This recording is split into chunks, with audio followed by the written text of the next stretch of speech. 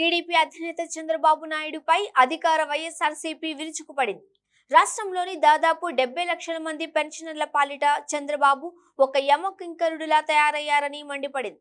ప్రతి నెల ఫస్ట్ తేదీన ఇంటికి వెళ్లి డోర్ కొట్టి మరీ పెన్షన్ అందించే వాలంటీర్ల మీద చంద్రబాబు కక్షగట్టారని, వాళ్లుంటే ఇంటింటికి ప్రభుత్వ సేవలు అందుతాయి, తద్వారా ప్రతి ఇంట్లోనూ సీఎం వైఎస్ జగన్ కొలువై ఉంటారని గ్రహించిన చంద్రబాబు తన తాబేదారు మాజీ ఎన్నికల అధికారి నిమ్మగడ్డ రమేష్ తో కలిసి కోట్లను ఎన్నికల సంఘాన్ని కలిసి పెన్షన్ల డోర్ డెలివరీకి అడ్డుకున్నారని వైసీపీ నేతలు ఆరోపించారు.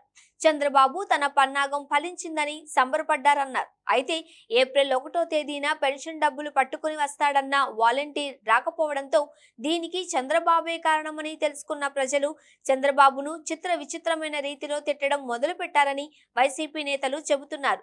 బాబుకు ఓటేస్తే పెన్షన్లు కూడా తీసేస్తాడని ప్రచారం జరిగింది. దీంతో వామ్మో భారీ డ్యామేజ్ జరిగిందని గుర్తించిన చంద్రబాబు ఇప్పుడు పెన్షన్లు ప్రభుత్వ ఉద్యోగులతో ఇప్పించాలని, వృద్ధులు వికలాంగుల విషయంలో బాధ్యతగా ఉండాలని ప్రభుత్వానికి సలహాలు ఇస్తున్నారని వైసీపీ నేతలు మండిపడుతున్నారు. చూసారా, పెన్షన్ల పంపిణీని అడ్డుకున్నది, ఆ తర్వాత వాళ్ల పట్ల మొసలి కన్నీళ్లు కారుస్తున్నది కూడా చంద్రబాబే.